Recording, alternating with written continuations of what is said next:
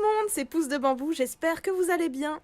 Alors en voyant le titre de cette vidéo, vous avez dû vous dire « Mais qu'est-ce que c'est que cette histoire de lampe? Être prêt pour quoi? Qu'est-ce que c'est que ce délire ?»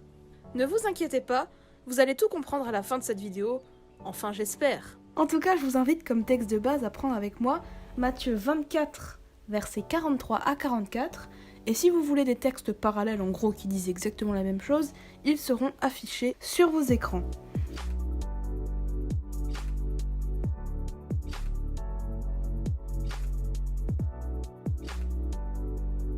C'est bien beau les paraboles, mais pour bien comprendre ce que ça veut dire, il faudrait peut-être faire une sous-parabole. Alors, pour illustrer tout ça, on va se mettre dans la peau de gens riches. Donc, vous vous appelez comme vous voulez, vous êtes qui vous voulez, vous pouvez même être Brad Pitt si vous voulez. En tout cas, vous êtes dans votre belle villa, vous êtes peinard, tranquille, il fait nuit, et vous vous endormez quand soudain, vous entendez du bruit.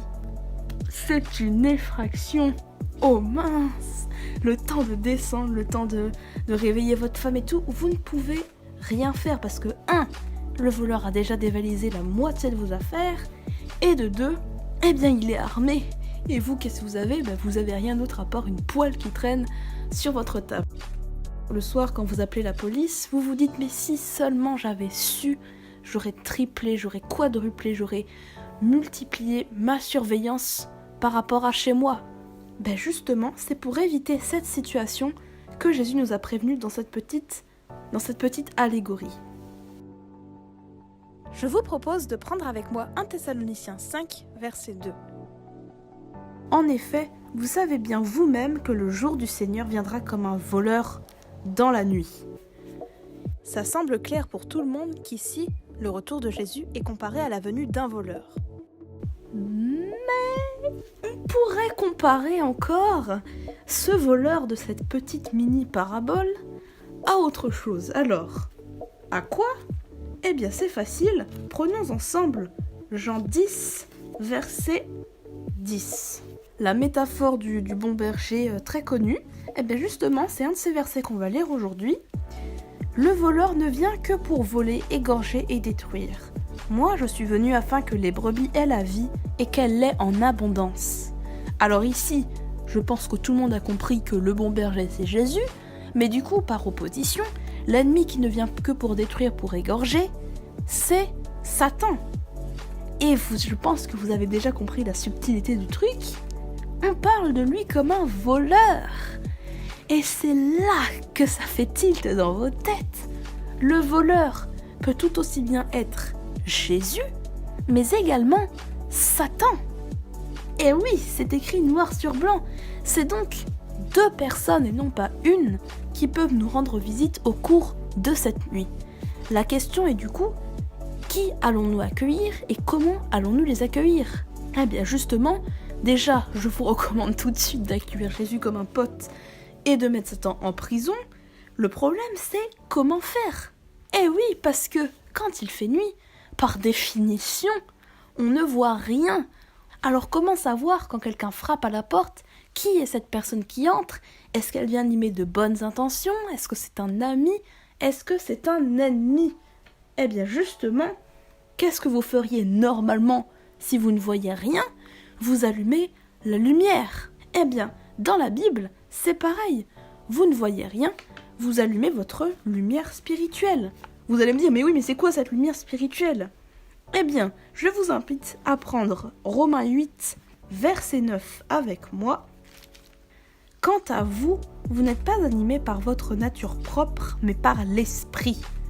Vous allez me dire, quel est le rapport entre ce texte et ce que je veux dire? Eh bien, c'est tout simplement que le Saint-Esprit nous permet de voir ce que Dieu veut pour nous, de distinguer ce qui ne vient pas de Dieu et ce qui vient de Dieu. Et je peux vous donner comme référence Lévitique 10, verset 10. Apprenez à distinguer ce qui est saint de ce qui est profane, ce qui est pur de ce qui est impur.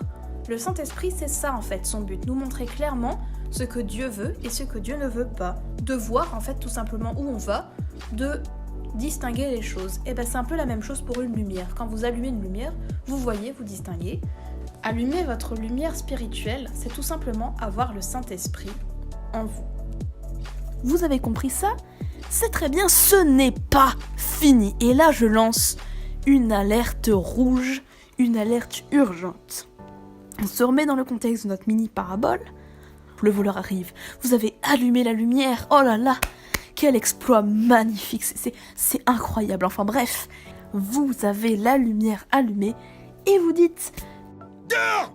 Va-t'en! Dégage! Qu'est-ce qui va se passer? Et je vous rappelle juste que le voleur est armé. Hein. Concrètement, la leçon de tout ça, se battre contre un voleur armé avec une poêle ou n'importe quel objet, c'est juste suicidaire ou stupide.